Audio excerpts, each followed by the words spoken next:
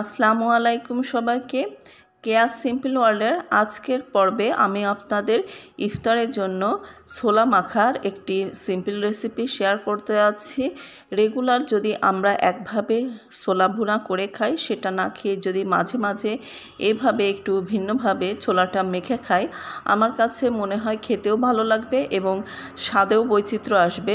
তাহলে চলুন দেখে নেওয়া যাক কীভাবে তৈরি করতে হয়।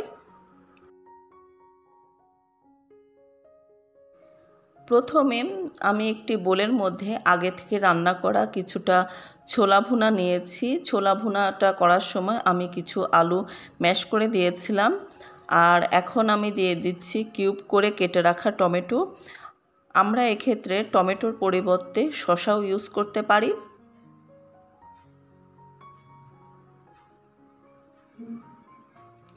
দিয়ে দিচ্ছি ধনেপাতা কুচি, তারপরে পেঁয়াজ এবং কাঁচামরিচ কুচি।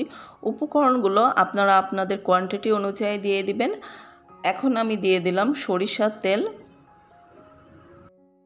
ছোলাটা মাখার জন্য আমি বাড়তি আর কোনো মশলা ইউজ করলাম না, যেহেতু ছোলাটা ভুনা করার সময় আমি কিছু মশলা ইউজ করেছি।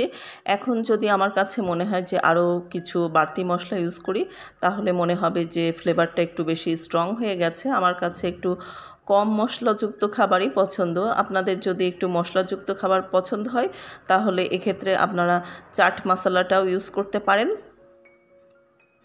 আর উপকরণগুলো আপনারা আপনাদের কোয়ান্টিটি অনুযায়ী দিয়ে দিবেন। আমি আমার কোয়ান্টিটি অনুযায়ী দিয়ে দিয়েছি।